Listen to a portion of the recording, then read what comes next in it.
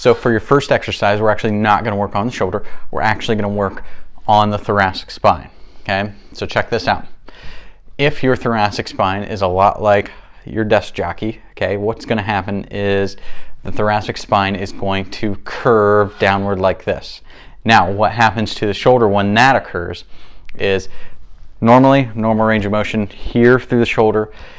If I hunch down like this, okay, my shoulder range of motion goes to here, and then now I have to use, instead of using my stabilizing with my rotator cuff and moving properly with my prime movers, such as the larger muscles, such as the deltoid, okay, what happens here is I have to really crank my deltoid and stretch my rotator cuff, and then that will lead to tissues getting more injured quickly. Okay, so like I said, here up to here. Okay, so we're going to work on the mobility within the thoracic spine.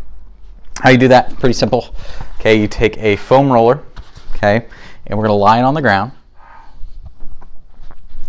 and then we're also going to go on the ground, and right above the small of your back, okay, we want to be in this region right there.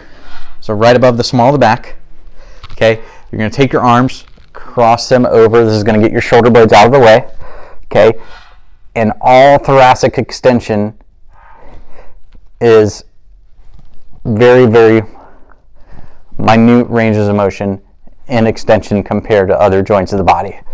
Okay, so we're just going to go through here, and we're just going to roll all the way, and then we're going to roll back up.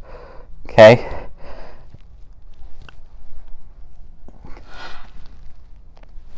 Okay, now things you don't want to do or things you want to avoid is, number one, is going too much extension, because now the extension is coming from my lower back.